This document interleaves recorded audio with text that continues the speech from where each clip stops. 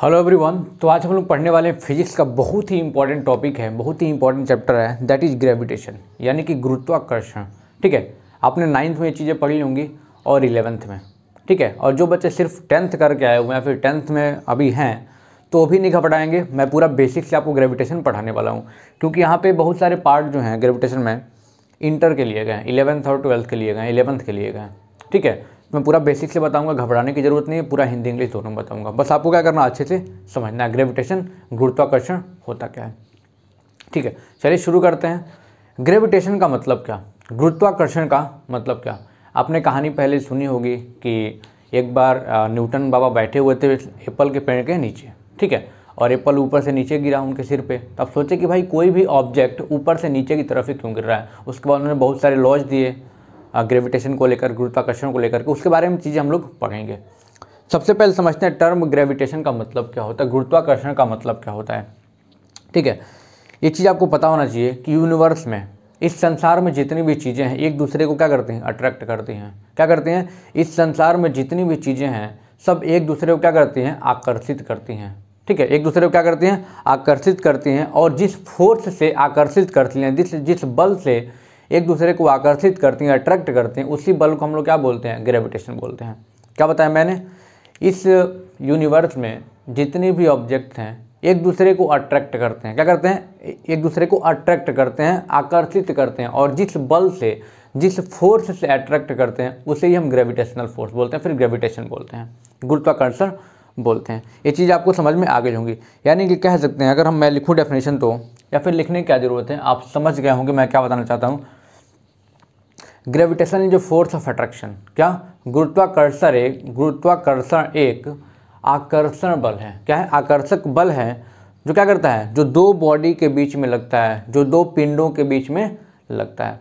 आपको समझ में आ गया हो, ग्रेविटेशन एक फोर्स होता है जो दो वस्तुओं के बीच में लगता है। इस विश्व में, इस संसार में जितने भी वस्तुएं हैं वो एक दूसरे के ऊपर फोर्स लगा, दो हमने मार्कर रखा तो ये भी एक दूसरे के ऊपर फोर्स लगा रही होंगी, लेकिन बहुत ही नेगलेज, बहुत ही कम होता है, बहुत वीक फोर्स होता है, बहुत कमज़ोर फोर्स होता है, बहुत ही कमज़ोर बल होता है जो हमें पता नहीं चलता। लेकिन क्या होगा, ये अगर है यहाँ पे तो दोनों एक दूसरे पर फोर्स, अट्रैक्शन फोर्स लगा रही होंगी, लेकिन हमें पता नहीं चल रहा है। क्यों, क्योंकि बहुत ही नेग्लेजिबल होता है। यार समझ में, हाँ, जैसे कि सन और अर्थ के बीच में क्या फोर्स लगता है। ठीक है, हमारे रूम में मान लो चेयर और टेबल रखा हुआ है, वो अब एक दूसरे पे क्या करती हैं, फोर्स लगाती है, लेकिन भले हमें दिखता नहीं है, लेकिन क्या होता है, वो भी एक प्रकार का ग्रेविटेशनल फोर्स है। आए समझ में। चलो, ग्रेविटेशन का मतलब, गुरुत्वाकर्षण का मतलब समझ में आ गया होगा कि इस यूनिवर्स में जितने भी ऑब्जेक्ट हैं एक दूसरे पे फोर्स लगाते हैं। ठीक है, अट्रैक्ट करते हैं, और जिस फोर्स से अट्रैक्ट करते हैं उसे ग्रेविटेशन बोलते हैं। तो ग्रेविटेशन तो आपको समझ में आ गया होगा, ग्रेविटेशन आपको समझ में आ गया होगा। हम कह सकते gravitation is the force of attraction, हम कह सकते हैं ग्रेविटेशन, यानी हिंदी में ही बताऊंगा, बताया भी मैंने हिंदी में, gravitation is the force of attraction between two bodies, between two bodies in the universe, between two bodies in the universe. क्या समझ में आ रहा, ग्रेविटेशन एक ऐसा फोर्स है जिससे दो ऑब्जेक्ट, कोई भी दो ऑब्जेक्ट एक दूसरे को अपने आसपास में क्या करती हैं, आकर्षित करती हैं। ठीक है, ये क्या होता है, गुरुत्वाकर्षण होता है। ठीक है, अब एक चीज़ आपको समझना है, ग्रेविटेशन तो समझ में आ गया, एक होता है गुरुत्व। क्या होता है, गुरुत्व यानी कि ग्रेविटी। ग्रेविटी और ग्रेविटेशन में अंतर है भाई, समझ लेना। इसे बोलते हैं हिंदी में गुरुत्व। गुरुत्व, ग्रेविटेशन क्या होता है, मैंने आपको बताया कि इस यूनिवर्स में जितने भी ऑब्जेक्ट्स हैं एक दूसरे पे क्या करते हैं, किसी फोर्स से अट्रैक्ट, मतलब फोर्स से क्या करते हैं, आकर्षित करते हैं। बट अगर इसमें भी फोर्स ऑफ अट्रैक्शन होता है, लेकिन जब दो ऑब्जेक्ट में से, दो पिंडों में से एक पिंड क्या हो, अर्थ हो। अगर दो ऑब्जेक्ट है, मान लो एक ऑब्जेक्ट ए है और जो दूसरा ऑब्जेक्ट है क्या है, वो अपना अर्थ है यानी पृथ्वी है, तब क्या होगा, वहाँ पे हम बोलेंगे ग्रेविटी। ग्रेविटी लिखो भाई, क्या लिख रहे हो, हाँ हाँ, ग्रेविटी, गुरुत्व। गुरुत्व का मतलब क्या आया, जब दो वस्तुओं में से, दो पिंडों में से, दो ऑब्जेक्ट में से एक ऑब्जेक्ट अगर अर्थ होगा तब वहाँ पे ग्रेविटी शब्द का, गुरुत्व शब्द का यूज करेंगे। गुरुत्वाकर्षण का मतलब समझ में आया, वही ग्रेविटी भी वही है, लेकिन जब दो वस्तुओं में से एक वस्तु आपका अर्थ हो, पृथ्वी हो, तब वहाँ पे ग्रेविटी का यूज करेंगे। गुरुत्व वह आकर्षण बल है, हम कह सकते हैं क्या, गुरुत्व वह आकर्षण बल है जिसमें पृथ्वी किसी वस्तु को अपने केंद्र की ओर आकर्षित करती है। हम कह सकते हैं क्या, गुरुत्व को कैसे डिफाइन करेंगे, गुरुत्व समझ में आ गया, ग्रेविटी समझ में आ गया होगा। जब दो वस्तुओं में से एक वस्तु क्या हो, पृथ्वी हो, तो हम कह सकते हैं क्या, गुरुत्व वह आकर्षण बल है, यानी कि यह वह आकर्षण बल है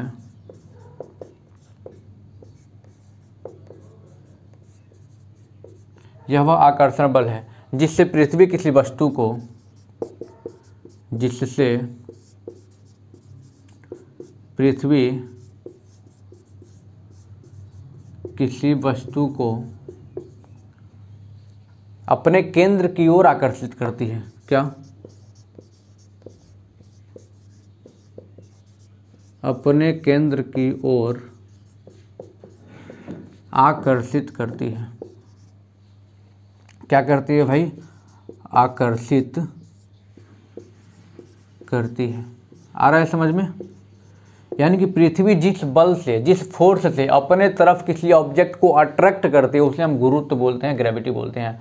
यानी कह सकते हैं, यानी आपने देखा होगा जब किसी भी ऑब्जेक्ट को हम ऊपर की तरफ फेंकते हैं तो क्या, देखो हमने इसको ऊपर फेंका, फिर कहाँ गया, नीचे आ गया। यानी हम किसी भी ऑब्जेक्ट को ऊपर की तरफ फेंकते हैं तो फिर से कहाँ आते हैं, नीचे की तरफ आती है। क्यों आती है, ग्रेविटी की वजह से, क्योंकि अर्थ क्या करते हैं, किसी भी ऑब्जेक्ट को अपने सेंटर की तरफ फोर्स ला करके खींचती है, और जिस फोर्स से खींचती है उसे ही बोलते हैं ग्रेविटी, गुरुत्व। आए समझ में, यानी कि कोई भी ऑब्जेक्ट हम लोग ऊपर की तरफ फेंकेंगे तो नीचे की तरफ ही आता है। क्यों आता है भाई, क्योंकि अर्थ क्या करता है, आकर्षण बल से अपनी तरफ खींचता है, उसी बल को क्या कहते हैं, गुरुत्व कहते हैं, फिर ग्रेविटी बोलते हैं। ग्रेविटी का कॉन्सेप्ट और ग्रेविटेशन का कॉन्सेप्ट आपको समझ में आ गया होगा। आए समझ में, ग्रेविटी क्या होता है, ग्रेविटेशन क्या होता है, ये चीज़ आपको समझ में आ गई। यानी कि कोई भी ऑब्जेक्ट ऊपर जा रहा है तो कैसे, फिर नीचे ही लौट के आता है। क्यों, क्योंकि अर्थ अपने फोर्स से नीचे, अपने उस ऑब्जेक्ट के ऊपर फोर्स लगाते हैं, उसको नीचे की तरफ अटैक करती है, सेंटर की तरफ खींचने की कोशिश करती है। ठीक है, ये चीज़ें समझ में आ गई आपको। मैं छोटा छोटा भी टर्म समझा रहा हूँ, छोटे छोटे अभी मैं आपको टर्म समझा रहा हूँ। ग्रेविटेशन क्या होता है, ग्रेविटी क्या होता है, फ्री फॉल। फ्री फॉल क्या होता है, जब कोई ऑब्जेक्ट को सर्टेन हाइट से गिराया जाए तो सिर्फ और सिर्फ उस पर एक ही फोर्स काम करे, कौन सा, ग्रेविटी। फ्री फॉल का मतलब क्या, कि जब किसी ऑब्जेक्ट को सर्टेन हाइट से गिराया जाएगा तो सिर्फ और सिर्फ उस पर एक ही फोर्स काम करे, वो भी कौन सा फोर्स, अर्थ का ग्रेविटी का फोर्स, यानी कि force of gravity of earth. यानी कि जब किसी ऑब्जेक्ट को सर्टेन हाइट से गिराया जाता है तो उस पर सिर्फ एक ही बल लगे, वो भी गुरुत्व बल। कौन सा, गुरुत्व लगे, उससे हम क्या बोलेंगे, फ्री फॉल। ठीक है, यानी कि ना उस पर एयर का रेजिस्टेंस हो, यानी कोई भी अदर बल ना लगे, सिर्फ एक ही बल लगे, वो भी पृथ्वी का जो ग्रेविटी होता है वही लगे, उसे हम क्या बोलते हैं, फ्री फॉल बोलते हैं। ठीक है, अब एक टर्म आता है आपका, समझने की कोशिश करना। ठीक है, एक आपका टर्म आता है, बहुत बेसिक से हर चीज़ समझेंगे, क्योंकि एग्जाम अभी आपका ये मान चलो पॉलिटेक्निक की बात करें तो जून में होगा। ठीक है, वो भी 15 जून के आसपास, हो सकता है और भी लेट हो जाए, लेकिन IRT की बात करें तो मुझे लगता है जुलाई के आसपास में पेपर आपका होगा। तो टाइम बहुत है, घबराना नहीं, आपको सारी चीज़ें दी जाएंगी, सारी चीज़ें पढ़ाई जाएंगी। ठीक है, बस आपको करना क्या है, समझने की कोशिश करना है। क्या करना है, समझने की कोशिश करना है। चलो अब बात करेंगे हम लोग गुरुत्वीय त्वरण के बारे में, यानी कि acceleration due to gravity. Acceleration due to gravity, यानी कि गुरुत्वीय त्वरण हम लोग कह सकते हैं। क्या,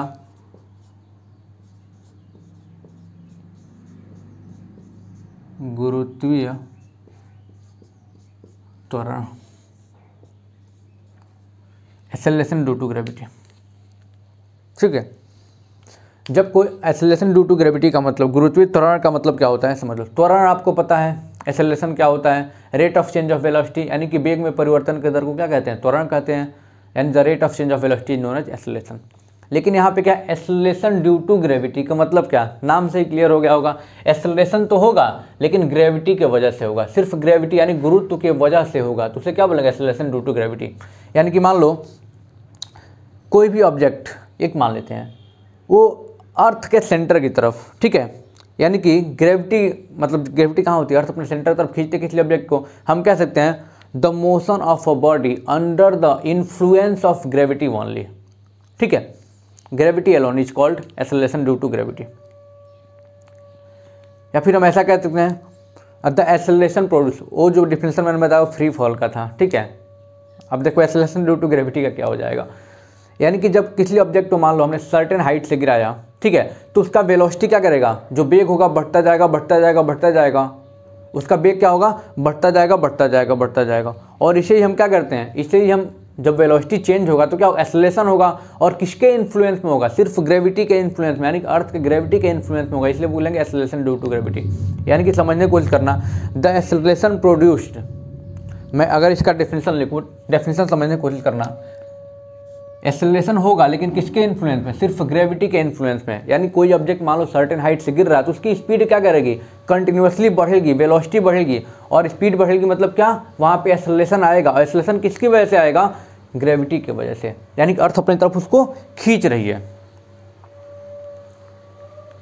ठीक है। यानी हम लिख सकते हैं क्या, एक्सेलरेशन ड्यू टू ग्रेविटी, इससे जी से डिनोट करते हैं, ये तो आपको पता ही होगा। एक चीज़ मैं आपको बताऊंगा, अभी पूरा बेसिक से हम लोग पढ़ेंगे एक्सेलरेशन ड्यू टू ग्रेविटी क्या होता है, बिल्कुल घबराना नहीं, समझना इस चीज़ को। द एक्सेलरेशन प्रोड्यूस्ड ना लिख सकते हैं, द एक्सेलरेशन प्रोड्यूस्ड, और यहाँ से क्वेश्चन भरपूर पूछे जाते हैं, मैं बता दे रहा हूँ, और मैं पूरा बेसिक से हर चीज़ पढ़ाऊंगा और क्वेश्चन भी कराऊंगा, ठीक है। The acceleration produced in a freely falling body, in a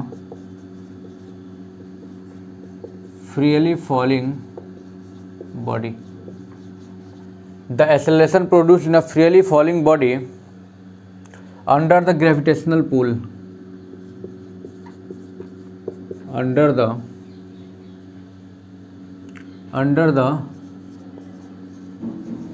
gravitational pull of the earth, under the gravitational pull of the earth is called acceleration due to gravity. मैंने स्टार्टिंग में बताया कि जब एक्सेलरेशन प्रोड्यूस होगा किसकी वजह से, gravity की वजह से, उसे हम बोलेंगे एक्सेलरेशन ड्यू टू ग्रेविटी। यानी कि the acceleration produce in a freely falling body under the gravitational pull, यानी कि मान लो कोई ऑब्जेक्ट क्या हो सर्टेन हाइट से गिर रहा है तो उसके वेलोसिटी में क्या लगातार चेंज होगा, क्या होगा, लगातार चेंज होगा, तो वहाँ पे एक्सेलरेशन तो होगा लेकिन यहाँ पे सिर्फ और सिर्फ एक फोर्स की वजह से, वो भी ग्रेविटी की वजह से, क्योंकि अर्थ अपनी तरफ उसको बहुत ताकत से उसको खींच रही है। तब क्या होगा, यहाँ पे एक्सेलरेशन होगा लेकिन किसकी वजह से होगा, ग्रेविटी की वजह से होगा, अर्थ के फोर्स ऑफ अट्रैक्शन के वजह से होगा, इसलिए हम क्या बोलते हैं, इसलिए एक्सेलरेशन ड्यू टू ग्रेविटी बोलते हैं, इसे जी से डिनोट करते हैं। क्या है, किससे, अब एक एक टर्म को समझना, यहाँ से क्वेश्चन पूछा जाता है, इसे हम डिनोट करते हैं किससे, जी से डिनोट करते हैं। और क्या है, ये एक वेक्टर क्वांटिटी होता है, यानी कि सदिश राशि होता है। कैसा होता है भाई, वेक्टर, ये हमारा वेक्टर क्वांटिटी होता है। क्या होता है, सदिश राशि होती है। ये डिपेंड नहीं करता मास पे, किस किस चीज़ पे, mass, shape and size of body, इन सब चीज़ों पे डिपेंड नहीं करता है, यानी कि इट डज नॉट डिपेंड, ये क्वेश्चन पूछा जाता है, डज नॉट डिपेंड। अब बोलेगा किस पे डिपेंड करता है, तो किस पे नहीं करता उसको पहले जान लो। It does not depends on mass and mass comma shape and size of body.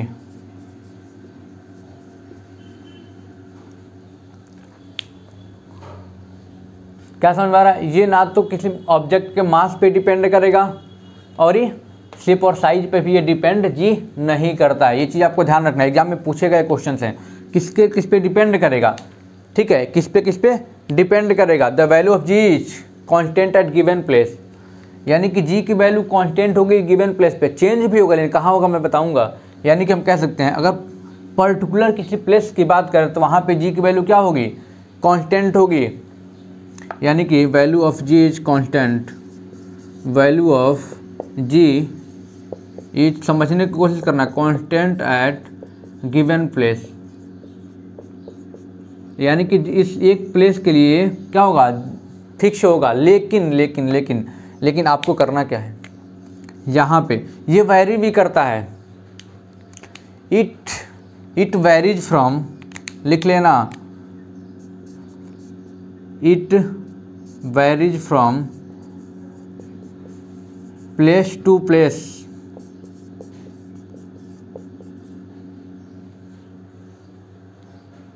Place to place on the surface of अर्थ।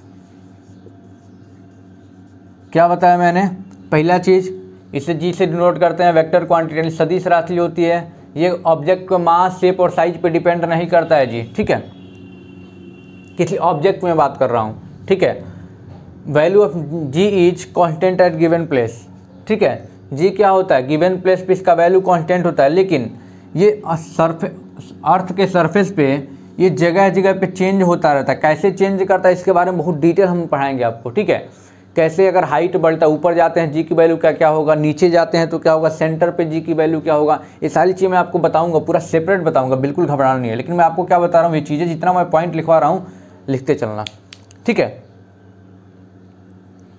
ये किन किन चीज़ों पे डिपेंड करता है, आपने ये देखा इस पे डिपेंड नहीं करता है। अच्छा, डिपेंड किस पे करता है, डिपेंड करता है अल्टीट्यूड यानी हाइट पे डिपेंड करेगा। किस पे डिपेंड करेगा, यानी कि अर्थ से ऊपर की तरफ जाएंगे तो जी की वैल्यू कैसे वेरी करेगा हम आपको पढ़ाएंगे, यानी हाइट पे भी डिपेंड करेगा, फिर डेप्थ पे भी यानी कि गहराई, यानी कि जब अर्थ के नीचे की तरफ जाएंगे तो जी की वैल्यू क्या होगी, भी वेरी करेगा। कैसे वेरी करेगा मैं डिटेल में पढ़ाऊंगा आपको, ठीक है। यानी हाइट पे ऊपर जाएंगे तो भी वेरी करेगा, नीचे जाएंगे तो भी वेरी करेगा। रोटेशन ऑफ अर्थ ये डिपेंड करेगा इस पे, रोटेशन ऑफ अर्थ, और किस पे डिपेंड करेगा, शेप एंड साइज, या फिर हम कह सकते हैं shape of the earth and shape of the earth, shape of the earth, यानी अर्थ के डिफरेंट प्लेस पे जाएंगे, पोल पे, इक्वेटर पे, सारी चीज़ें बताऊंगा आपको, तो वहाँ पे जी की वैल्यू वैरी करेगी,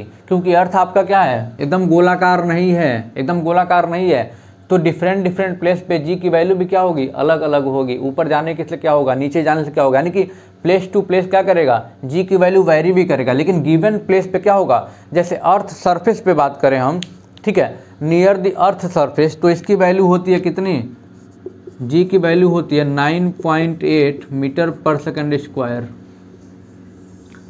अर्थ सरफेस, अर्थ के सरफेस पे कितनी वैल्यू होती है इसकी, 9.8 मीटर पर सेकंड, यानी कि फिक्स है कि अर्थ के सरफेस पे इतना ही होगा। मार्स पे अलग होगा, मून पे अलग होगा, ठीक है, जुपिटर पे अलग होगा, सैटर्न पे अलग होगा, हर जगह क्या होगा, अलग अलग होगा। लेकिन यहाँ पे जी की वैल्यू क्या है, 9.8 मीटर पर सेकंड स्क्वायर होगा। कहाँ, अर्थ के सरफेस पे। एसआई यूनिट क्या हो जाएगी, देखो मीटर पर सेकंड स्क्वायर, क्योंकि एक्सेलरेशन ही है। ये चीज़ें आपको समझ में आई, ये रही जी को लेकर के बातें, ये क्या रही, जी को लेकर के बातें। ये मैंने आपको बता दिया गुरुत्वीय त्वरण होता क्या है, ठीक है, ये चीज़ आप समझ गए होंगे। कैसे वेरी करेगा पूरा हम लोग जानेंगे, लेकिन आपको ये मैंने क्या बताया, सिर्फ जी के बारे में बताया। वीडियो लंबी हो जाएगी, वरना और भी कुछ मैं बताता आपको। अब अगले वीडियो में सीधे बात करें न्यूटन्स लॉ ऑफ ग्रेविटेशन, जो न्यूटन बाबा ने लॉ दिया था अपना, जो नियम दिया था गुरुत्वाकर्षण को लेकर के, अगले वीडियो में बात करेंगे और बहुत बेसिक से सारी क्लासेस चलेंगी। Thank you so much.